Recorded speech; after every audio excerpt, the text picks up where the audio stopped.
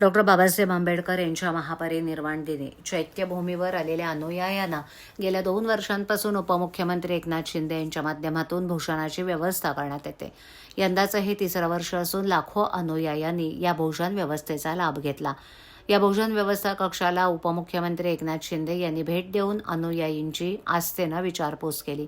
यावेळी आमदार दीपक केसरकर, खासदार राहुल शेवाळे तसंच अनेक मान्यवर उपस्थित होते.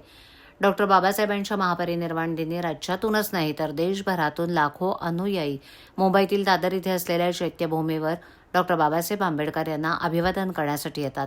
अशा वेळेला त्या अनुयायांची 2 दिवस भोजनाची व्यवस्था व्हावी तसंच त्यांची कोणतीही गैरसोय होऊ नये यासाठी उपमुख्यमंत्री एकनाथ शिंदे यांच्या वतीनं भोजन व्यवस्थेचं आयोजन करण्यात आलं होतं.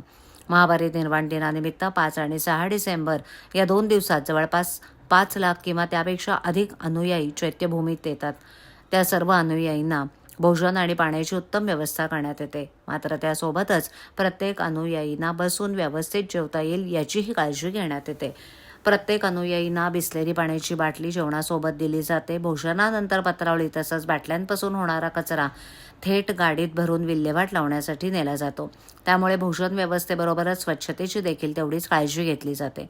6 डिसेंबरच्या रात्रभर ही भोजन व्यवस्था सुरू असल्याची माहिती कोपरी बसपाखाडी उपशहर प्रमुख जयप्रकाश कोटवानी यांनी दिली. या संपूर्ण उपक्रमासाठी शहर प्रमुख राम रेपाळे, उपशहर प्रमुख प्रकाश कोटवानी, प्रवक्ते राहुल लोंढे, धोबीघाट शाखा प्रमुख रोहित पिंपळुलकर गायकवाड, उपविभाग प्रमुख संदीप जगताप, मनीष ठाकूर तसंच इतर शिवसेनेचे पदाधिकारी कार्यकर्ते यांचे विशेष सहकार्य लाभलं.